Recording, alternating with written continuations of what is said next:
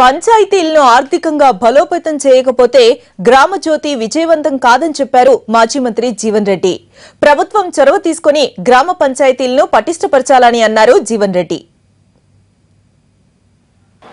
అంటే పారిశుద్ధ్య కార్మికుల భాగస్వామ్యం లేకుండా మీరు గ్రామ జ్యోతి కార్యక్రమం అమలు సాధ్యమవుతుందని చెప్పి భావిస్తున్నారని చెప్పి అంటున్నాయి.